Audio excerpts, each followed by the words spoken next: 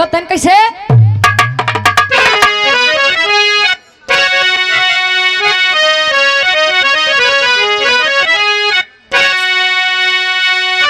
अंकुरित उर में होता यह अहंकार जब लुप्त हो जाती गरिमा है सब ज्ञान की अधर्म की राह अग्रसर होता है मानव चाह हो जाती मिथ्या सब सम्मान के असत्य पे सत्य की जीत होती सदा अरे लाख कर ले भले अत्याचारी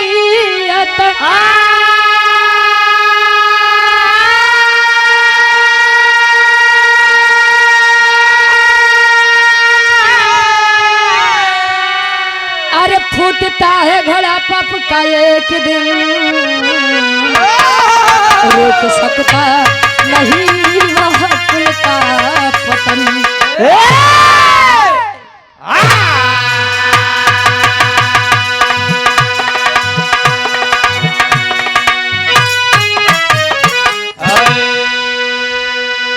अंकुरित उर में होता यह अहंकार जब लुप्त हो जाती गरिमा है सब ज्ञान की। गुरुजी आजकल आदमी के कोनो न कोनो चीज के ऊपर घमंड बा हाँ क्योंकि अपने धन के ऊपर घमंड बा क्योंकि अपने बल के ऊपर घमंड बा क्योंकि अपने सुंदरता के ऊपर घमंड बा क्योंकि अपने मेहरारू के ऊपर घमंड बा जैसे तो हाँ दुनिया के सबसे बड़ा घमंडी इंसान नहीं है और अरे वाह अरे जिया बहादुर ढेर तोर छाती फूलत बा कौन मंजीत भैया और पुनः हमारे गार्जियन जी जो कि परिचय के मोहताज नहीं आप हमारे गार्जियन आप श्री मंगल भैया ठेकेदार साहब कल्याणपुर से 100 रुपया बहुत बहुत धन्यवाद। खो आदमी घमंडी काहे नहीं हो खंडबलू काहे ना आजकल नीला ड्रम में डाले वाले जमाना में जेके मेहरारू वफादार मिल जा भाई ओसे बड़ा वफादार के होई संदीप सतीलाल वर्मा भैया हमारे ये लाइट हाउस वाले बड़ी सुंदर गजल के भाव लिखत है कौन लड़का अपने बेवफा सनम बदे कहे जा बेवफा जा 100 रुपया ले खुश कभो न रहबू जा जा कभो न खुशी रहबू आज 100 लेता है संजय तोहर 500 खर्चा करवाऊ हम परेशान मत हुआ लड़कवा कहे कैसे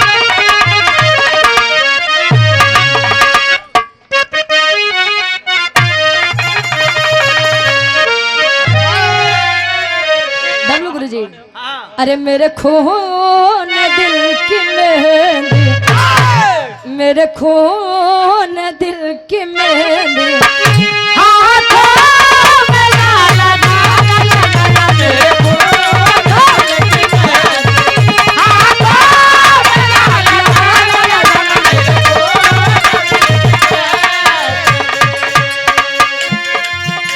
अरे मेरे खून दिल की मेहंदी हाथों में ना लगाना जब निकले मेरा जनाजा जब निकले मेरा जनाजा जब निकले मेरा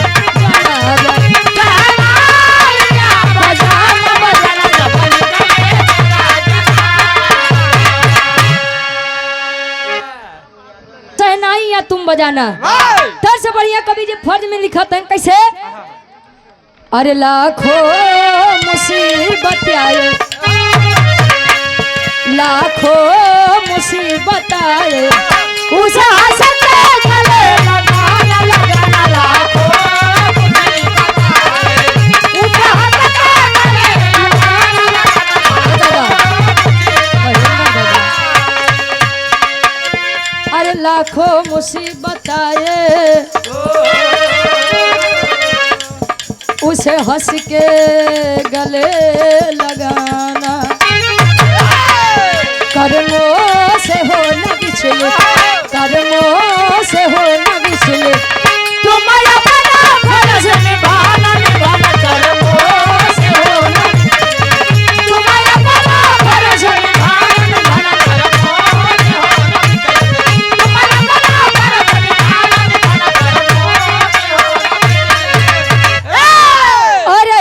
गार्जियन जी आप संदीप सतीलाल वर्मा जी लाइट हाउस वाले, पुनः आपके द्वारा 51 रुपया बहुत बहुत धन्यवाद।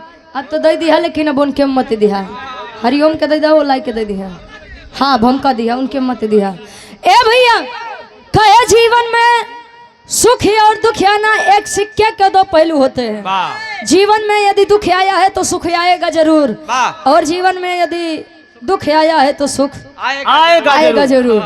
जान ला डब्लू गुरु जी, जरूरी नहीं बजे सबके हंसावे, वो हमेशा खुश होके करे आत्मा से पूछो करे ऊपर का बीतत बा। कहानी का शुरुआत बा कैसे अब ठेकेदार पुनः हमारे गार्जियन जी आप सूरज प्रताप यादव जी, युवा नेता धरौली से दौलत राम पटेल जी, आपके द्वारा 100 रुपया बहुत बहुत धन्यवाद।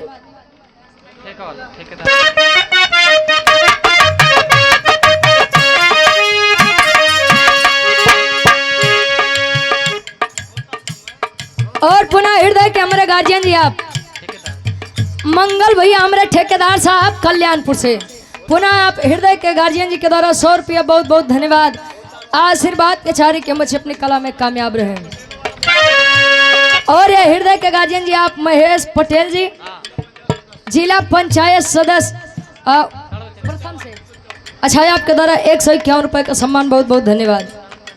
होता समय बलवान वेद शास्त्र बताते, होती उन्हीं की जीत जो पग आगे बढ़ाते, सीता हरण किया था कानन में दशानन, पापी कुलीन कर्म किया घोर या पावन, कपिदल के साथ सागर तट पे आए खरारी, कपिदल के साथ सागर तट पे आए खरारी, शिवलिंग स्थापना के लिए राम तैयार,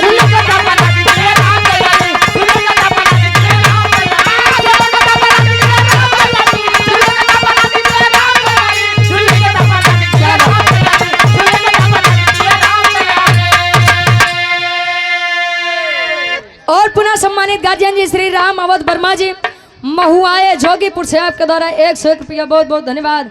और हृदय के गार्जियन जी हमारे आप मंगल भैया ठेकेदार साहब, भैया मंगल भैया हमारे ठेकेदार साहब कल्याणपुर से, आपके द्वारा 101 रुपया बहुत बहुत धन्यवाद। हाँ आवते हाँ ठीक बा। ए भैया कहानी का जरा विचार करिए। आप लोग जानते हैं प्रभु श्री रामचंद्र जी के अरे वनवास भवा, माई सीता जी छोटे भाई लक्ष्मण के साथ चल देन वनवास काटे बदे, पंचवटी से रावण माई सीता के हर के अपने लंका नगरी चल दिया, तमाम युद्ध भवा कहो।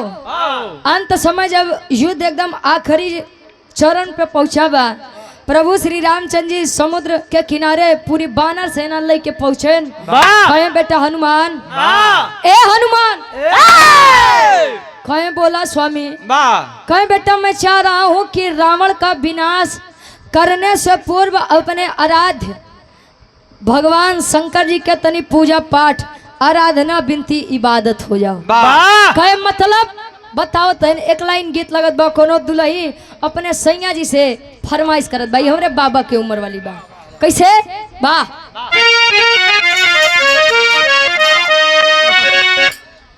दौलत राम पटेल भैया हमरे सूरज प्रताप यादव जी, शंभुनाथ यादव धरौली से, आप गार्जियन जी के द्वारा 100 रुपया बहुत बहुत धन्यवाद। दुल्ही कहे फरमाइश करत बा,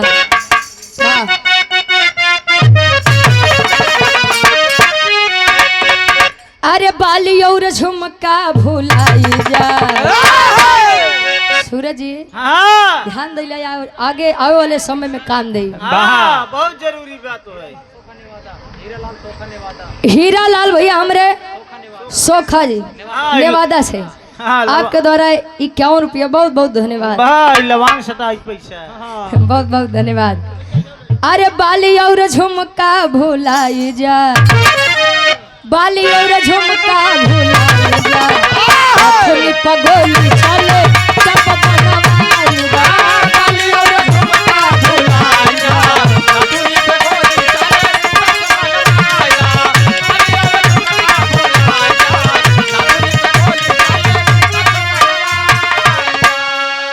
कहे बाली और झुमका भुला जा, नथुनी चुन्नी पगोली चले टप बनवा दे तले हनुमान जी से अरे भैया दे दे दे दे नहीं दे दे हम कहाँ आए इतना दूरी राम बलि डांसर राम बलि डांसर भैया हमारे ठीक ठीक वाह आपके द्वारा 21 रुपया बहुत बहुत धन्यवाद अच्छा मेहंदी गोदी लगाए राम बलि डांसर मोछा वाले वाह बहुत बहुत धन्यवाद अच्छा कब बाबा अच्छा नाचत के का सब छुलवा दे थक नहीं अच्छा खेती ठीक ठीक अरे बहुत बहुत धन्यवाद आप श्री रामकरण वर्मा जी लोहिया नगर स्वामी कपूरवा अंतु प्रतापगढ़ से आपके द्वारा 100 रुपया भैया हाँ हाँ सुना देते भैया बहुत बहुत धन्यवाद एक बेलवरिया हमारा और सूरज यदुवंशी जी के लगभग हर चैनल पे मिलियन में चला बा का हो ए भैया हनुमान जी से राम जी कहतन का कहे अरे मानवा के मनसा पूरा बेटा हनुमान अरे मानवा के मनसा पूरा जानी पड़ी कभी कोई भूल के नहीं आएगा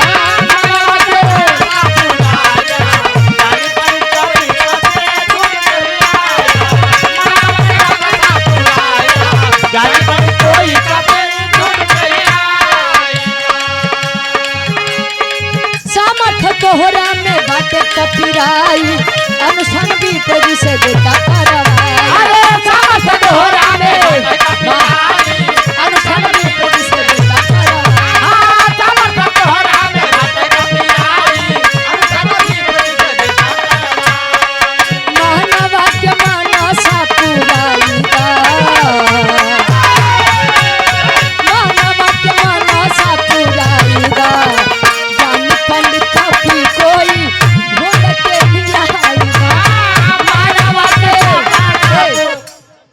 अरे वाह एक जने बाहर अरे जिया यही पावर ब्रेक है कहे मनवा के मनसा पुराई दा ज्ञानी पंडित कभी कोई ढूंढ के लिए आयदा कहे कि बेटा हनुमान शिवलिंग के स्थापना करे से पहले जा इस संसार के जो सबसे बड़ा विद्वान पंडित होके के लिए आई क्या हनुमान जी कहें कि स्वामी बार बार हम के भेजा थे हम न जा तो क्या जाई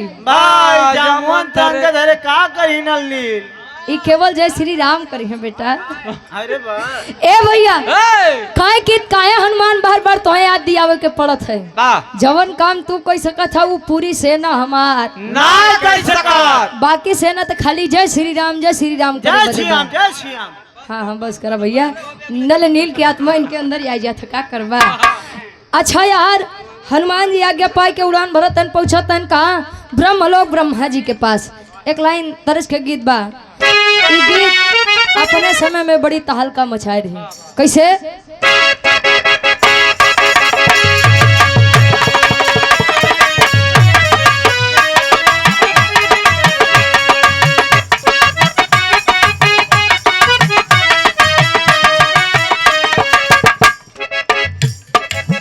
गैली बाजार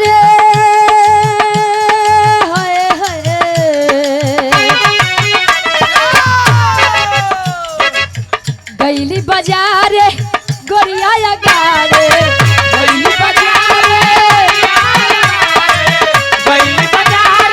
गोरिया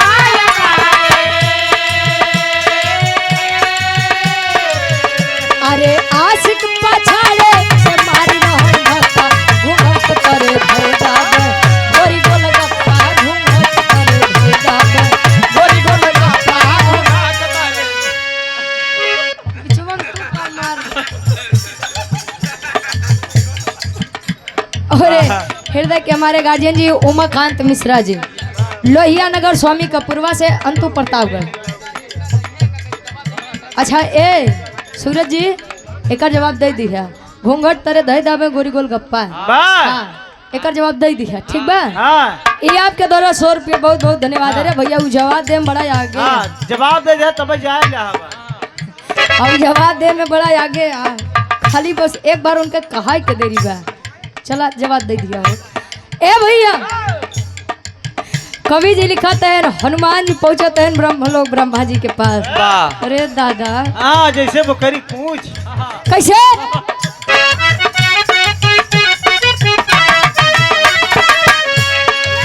रघुवर जोहारे हनुमान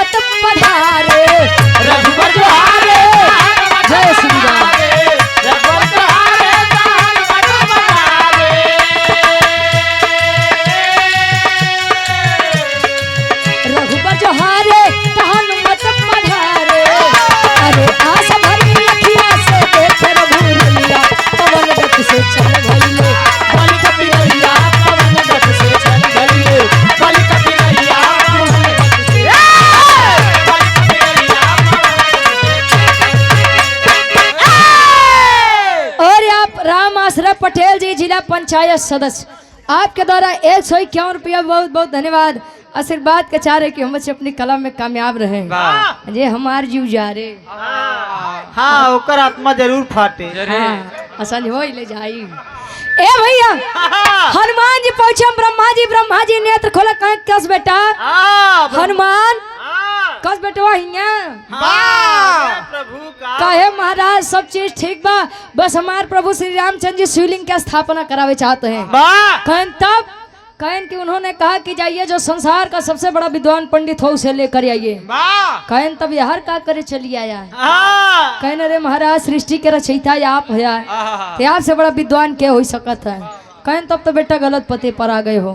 कहन तब कहाँ जाई। कहे कि संसार का सबसे बड़ा विद्वान पंडित मैं नहीं बल्कि हमार पनाती रावण बा ओ करे लगे जा। हनुमान जी कहन अरे ब्रह्मा जी दिमाग खराब बका पागल हो गए हैं।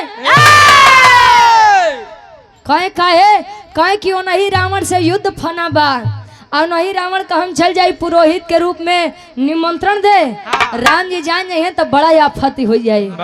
चल दिए हनुमान जी राम जी के पास। कैसे तेरी के भाव लगत बा।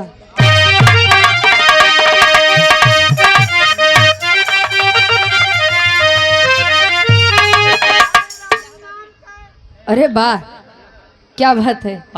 तेरी के भाव में कवि जी लिखा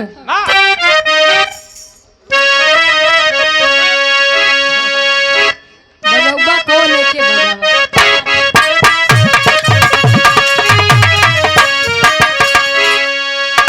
अरे बोले बोले खदारी तब बजरंगी से बोले बोले बोले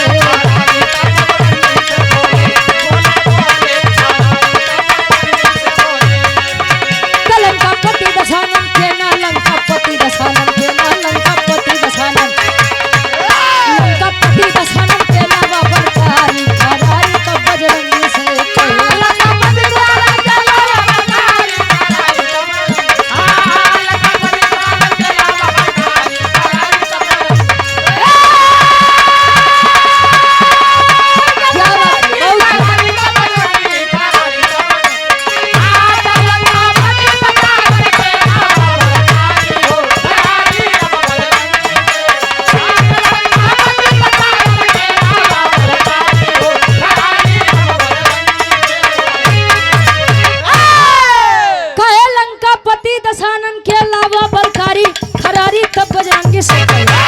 हनुमान जी मुंह लटकाए पहुंचे राम जी लगे। राम जी कहें कस बेटा हनुमान कस अकेले आई गया। ब्रह्मा जी कहाँ हैं। कहे महाराज ब्रह्मा जी नहीं आए। क्यों। उन्होंने कहा कि संसार का सबसे बड़ा विद्वान पंडित वो नहीं बल्कि रावण है। कहें तब क्या करे यार चली आया। भाड़ा किराया कम परियर है। हाँ वह समय भाड़ा किराया तो ही चलते रहा है। कहें तब क्या करे यार चली आया। कहने रे महाराज तनी जागा दिमाग खोला। अरे रावण जी के बात करते हो नहीं रावण जो माई सीता के हर के अपने नगरी लेके चला गा। वही रावणवा ए इज्जत से है। ए भैया इतनी बतिया जले राम जी सुनते हैं समझाते हैं कि बेटा हनुमान आज आप एक योद्धा का दूत बनकर नहीं बल्कि एक लाचार यजमान का दूत बनकर जाइए। इतनी बतिया सुन के हनुमान जी उड़ान भरते हैं। डब्लू गुरु जी विचार करते हैं कि अरे यार राम जी के बतिया मान के हर तक चल तो आए लेकिन अगर रावण ये हालत में देख ली है तो जान ला बड़ा गुस्सी आई है तो हवे ना लेकिन बेइज्जत करके हटा दी है। राम राम के जाप करें भेष यापन परिवर्तित करें रूप जब बदले नहीं बुढ़ाऊ दादा खिनाही आप खिनाही हनुमान जी बुढ़वा के रूप ले आज तो बे ठीक ठाक यार लाठी लेके हिलत कापत पहुंचत है। जब पहुंचन कहन भैया दरबारी रावण जी के नगरी इहे भैया दरबारी रावण जी के नगरी इहे बा। अरे वाह कहे क्यों नहीं के दरवाजे खड़ा हो के बाबा पूछा था क्यों कर नगरी बा। कहन के बेटवा घरे तनी पूजा के आयोजन कराए बटे कोनो पंडित नहीं मिलत बा ऐसे रावण जी का हिल ले जाए बदे। राम बलि डांसर जी गार्जियन जी हमारे 21 रुपया बहुत बहुत धन्यवाद। और रामचंद्र भैया हमारे अंतु से 51 रुपया बहुत बहुत धन्यवाद। कहीं की एक बात बताई, तू बूढ़े आदमी है यहाँ से बताई देते ही।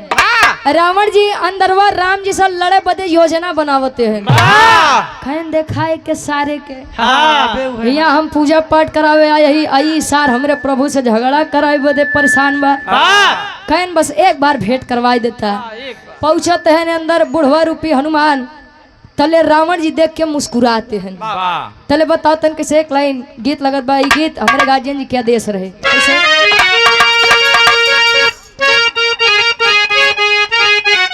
और यहाँ सम्मानित गार्जियन जी राम दुलार पटेल जी धरौली से 51 रुपया बहुत बहुत धन्यवाद।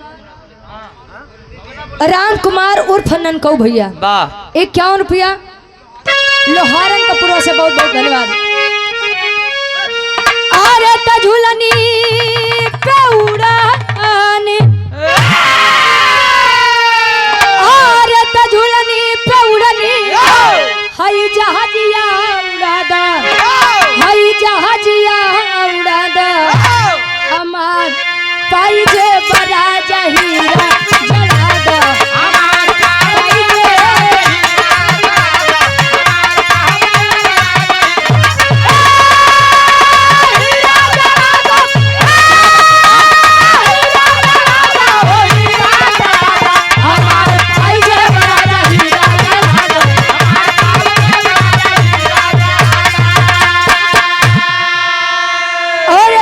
हमारे गार्जियन जी उमेश मिश्रा भैया हमरे ओ अच्छा उमाकांत मिश्रा जी लोहिया नगर स्वामी कपूरवा से 51 रुपया हमारे डब्लू गुरु जी खातिर स्पेशल।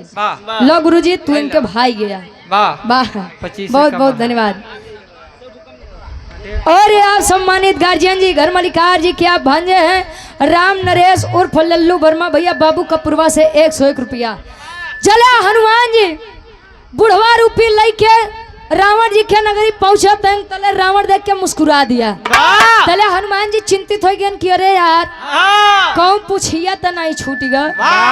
हाँ लगा बेचारू पीछे देखो कहीं कि नहीं पूछता गायब बा। तभी रावण कहे देख के मुस्कुराते हैं लगे हाथ गोड़ देखे कहे कि इतना रोवो नहीं बाकी जान जाऊँ हो बनरवा आए बा। कहे तभी कहे बड़े मुस्कुराते हैं। रावण जी से जब पूछते हैं तो रावण जी बतावत हैं का बतावे। राम दुलारे भैया हमारे धोरहरा से 101 रुपया बहुत बहुत धन्यवाद। अरे बोला दशानन, अरे बोला दशानन हे हनुमान आवा तोहार पूछिया कहाँ बहम के बतावा, तोहार पूछिया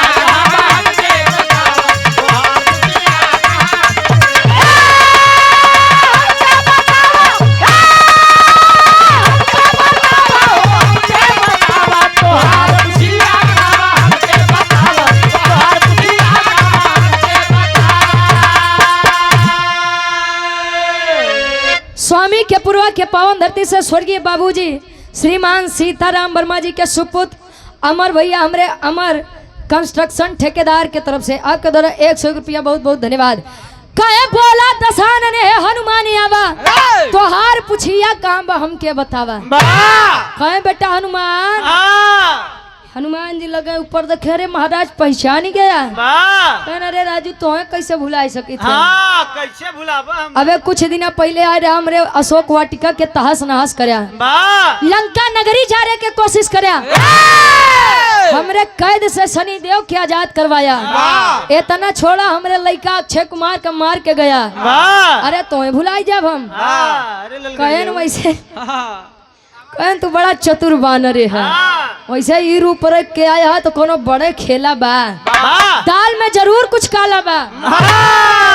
पूरी दलिया काली बा।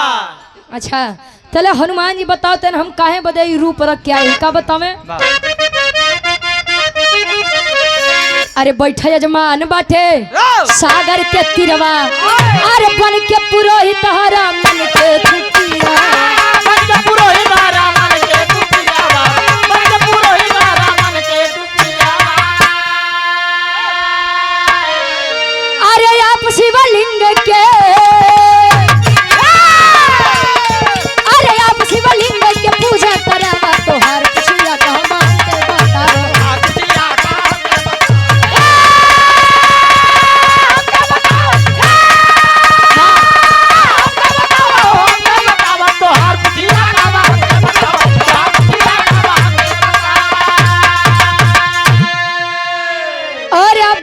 जी जितेंद्र पटेल भैया हमरे भावी जिला पंचायत प्रथम सणवा चंदिका से आपके द्वारा 500 रुपया बहुत बहुत धन्यवाद।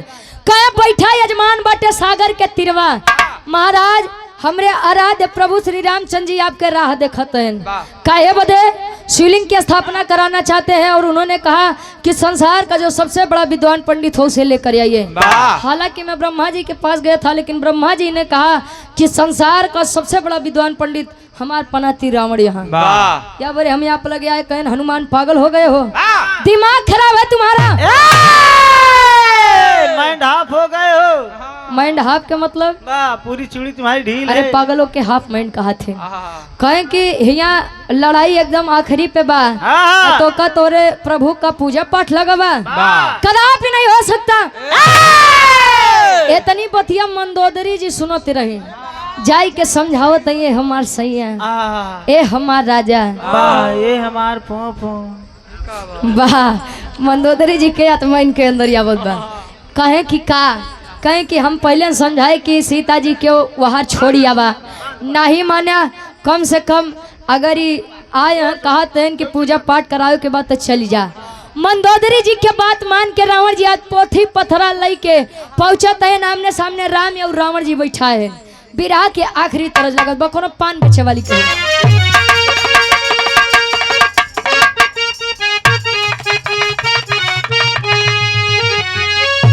भैया हमरे तले बांध ले भैया सिया राम वर्मा खैरा से 100 रुपया बहुत बहुत धन्यवाद। अरे कोठे ऊपर कोठरी हलवैया के दुकान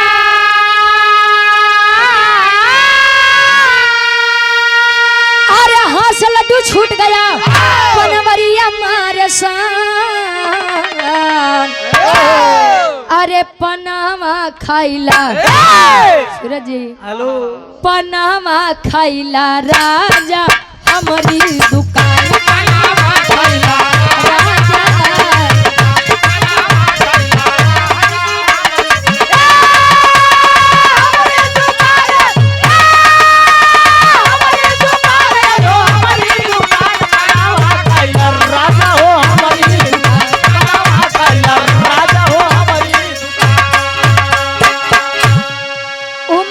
मिश्रा भैया हमारे लोहिया नगर की धरती से 100 रुपया फटका सूरज जी बदे हाँ हाँ हाँ सुना दे हाँ, तोरे बदे नहीं दिया तोरे बदे गावे बदे कहे हाँ 51 रुपया हमेशा इनकर दिमाग पैसा पर हाथ है हाँ ठीक ठीक। ए भैया कहे पनवा खाइला राजा हमारी दुकान वैसे चौरसियो जी हरन का बड़ा अजीब खेला बा वो बेचारे पोछ पोछ चूना लगावत है को गुरु जी हाँ जी पहले के आदमी पान खाए में बड़ा शौकीन होत रहे अच्छा आज राम और रावण जब आमने सामने बैठा है तो राम जी सोचे रावण कुछ बोले रावण सोचे राम जी कुछ बोले रावण कहे कुछ बोलबा राम जी कहे न बाप आज पुरोहित बना है तो आप कुछ बोला कहे ये बताइए आप कौन है आपको नहीं मालूम है। राम जी लगा ऊपर नीचे देखो कहे जैसे तो तुम्हें पता ही नहीं हम क्या यही कहे जितने पूछिए उतना बताए ढेरे अपन दिमाग मत लगाया। कौन है आप कहाँ से आए हैं और इस समुद्र के किनारे आप क्या कर रहे हैं। कहे महाराज मैं अयोध्या के राजा दशरथ का ज्येष्ठ पुत्र राम हूँ 14 वर्ष का वनवास करने के लिए अपनी पत्नी सीता और छोटे भाई लक्ष्मण के साथ आया था लेकिन वह दुष्ट रावण वह पापी रावण हमारे पत्नी सीता के ले जाए के अपने लंका नगरी लेके चला गवा। कहें रावण जी कहनो हो तो बड़ी गलत बात बा दूसरे के मेहरारू छुअब का देखबो बड़ा पाप होता। राम जी देखो तन हनुमान जी कहन बस ज्ञान तो ऐसा बताओ तन कि इनसे बड़ा ज्ञानी की होइए नहीं बा कहें कि आपके ऊपर बड़ी तकलीफ बा आज मैं पुरोहित बना हूँ कुछ और मांग ला जौन मन होता है। आज रावण से राम जी वरदान मांगत हैं का वरदान मांगे अब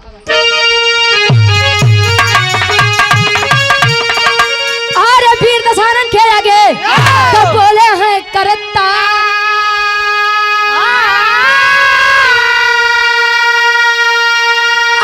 लालसा दिल में बाटे करे मंत्र उच्चार अले तले लंका पति के हम गर्दन उतार ले लंका पति के हम गर्दन उतार ले लंका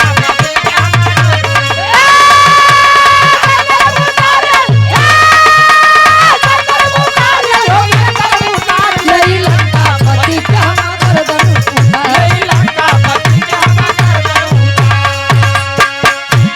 कहे ले लंका पति के हम गर्दन उतार।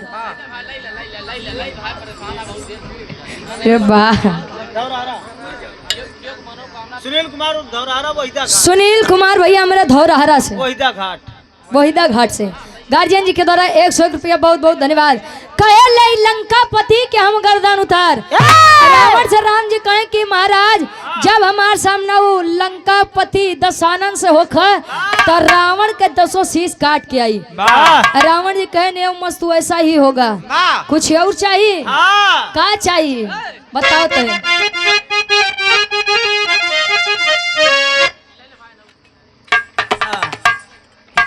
यार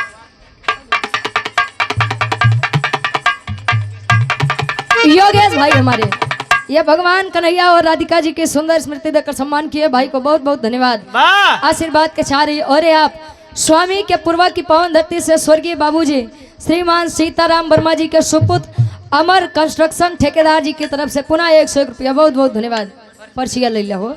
कहे कुंभकर्ण से जब होवे लड़ाई अरे तेई असुर के समर में गिराई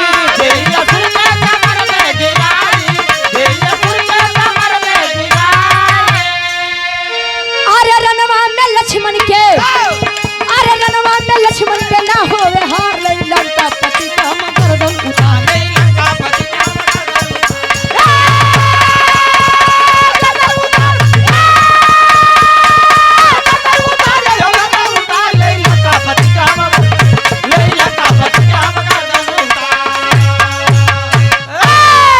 कहे कुंभकर्ण जैसे वीर योद्धा के साथ मेरा सामना हो तो मैं उसे भी मार के आऊं। युद्ध में हमारा छोटे भाई लक्ष्मण के हार न हो। रावण जी कहें कि देखा राम हमरे भाई के मृत्यु मांगा था हम ही से अपने भाई के विजय मांगा थे। खैर अब हम तो जबान दिए दिए ही गुरु जी ले जा तो वरदान हम देते ही कि कुंभकर्ण के भी हराई क्यों बा और तोरे भाई लक्ष्मण के हार नहीं होई। ये 3 वरदान जले मांगत है रावण कहे न तोहार होई कि हमें अपन सुनाई कहे कब शुभ मुहूर्त नजदीकात बा सुनाओ तन कैसे पहपट के भाव में कवि जी लिखते हैं। शोभनाथ वर्मा जी हमारे गार्जियन जी ठेकेदार साहब अच्छा जोखू वर्मा भैया हमारे रवि साहब के द्वारा 200 रुपया बहुत बहुत धन्यवाद। अरे रघुराई से बोले मधुरी बानी रावण ज्ञानी हो। अरे रघुराई से बोले मधुरी बानी रावण ज्ञानी हो। हवन करा मिल के दिनों परानी रावण ज्ञानी हो।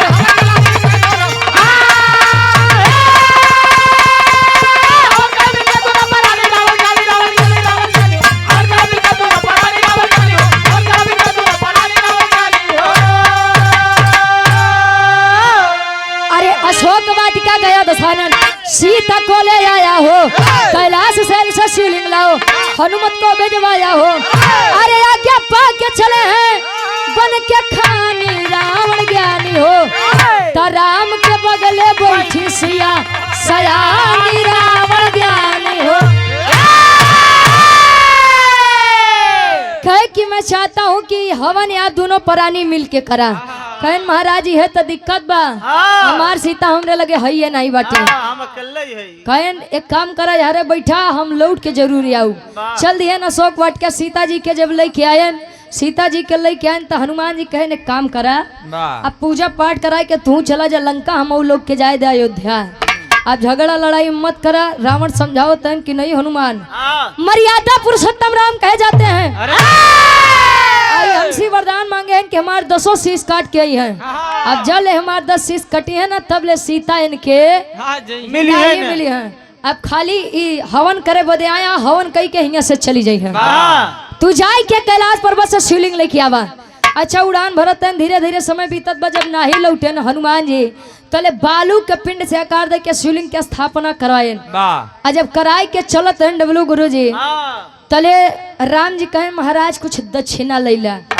रावण कहन का देवो दक्षिणा? तोरे ईटा पत्थर के मकान हमरे सोने के लंका रही तार रखी मेहरारू हो हमारे कब्जा में बा। का देबा? कहन नहीं महाराज कुछ मांगला। मांगत है का मांगे? आखिरी भाव खड़ी के भाव में कवि जी लिखत है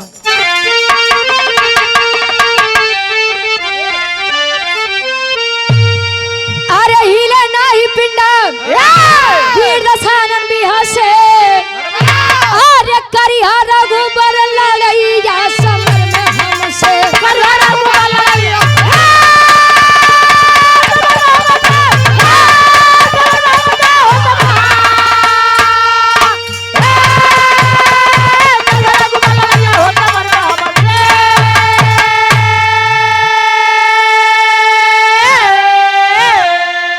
जितेंद्र कुमार पटेल भैया हमारे भावी जिला पंचायत सदस्य मठिया किशुनगंज की तरफ से आपके द्वारा 200 रुपया बहुत बहुत धन्यवाद। कहन राम अगर हमका कुछ दक्षिणा में दे चाहता तो एक चीज दा कि अगर तो हमारे लंका नगरी में आऊबा अगर एको वीर बच जाइए तो सीता के लइके मत ही आया। भाई रावण के तो घमंड रहे कि हमारे इतना लंबा परिवार बा 1 लाख पूत 1.25 लाख नाती रावण घर दिया नबाती का भैया घमंड तो 6 के नहीं टिका चल दिया युद्ध भवा।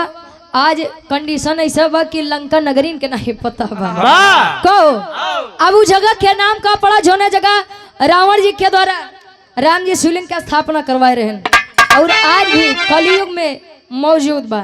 ऐसे अरे सासिया को लेके तब चल दिया है लंकेश्वर अरे जहाँ किए थे अनुष्ठान तीर्थ बना रामेश्वर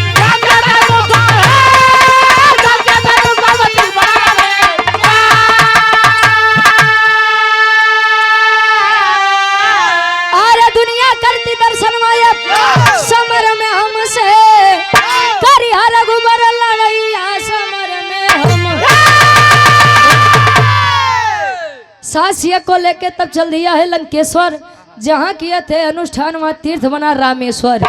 ई बाबूजी गाँव गए जगन्नाथ जी के दर्शन करे तो एक स्थान तीर्थ स्थली हो बा रामेश्वरम धाम जहाँ से भारत देश के आखिरी छोर बा जहाँ से लोग बताते हैं कि राम सेतु के आज भी कुछ अंश विद्वान है। कहो गुरु जी रामेश्वरम धाम के उत्पत्ति भय त्रेता युग आज कलयुग में भी लोग पिंडा पारे अपने पुरखा पुरनिया के जाते आखिरी में खानदान के परिचय बा। श्री राम मोहत वर्मा जी महुआए जोगीपुर से आपके द्वारा सही है। BL वर्मा भैया हमारे सांसद प्रतिनिधि प्रतापगढ़ से ये आपके द्वारा 551 रुपया बहुत बहुत धन्यवाद। आशीर्वाद के चारी की हम अच्छे अपनी कला में कामयाब हैं। गुरु भिखारी गुरु गणेश गुरु रामलाल गुरकारी स्वर्ग से चंद्रिका कवि भारत जीवन पुजारी हो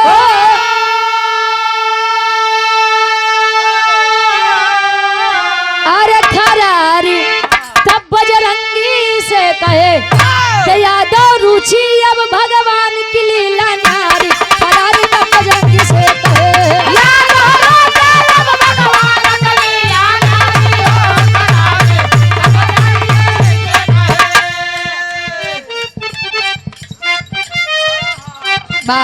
नहीं चाहिए दिल दुखाना किसी का नहीं चाहिए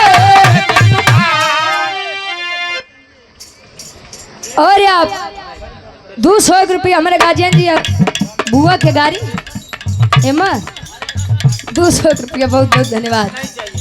नहीं चाहिए दिल दुखाना किसी का नहीं चाहिए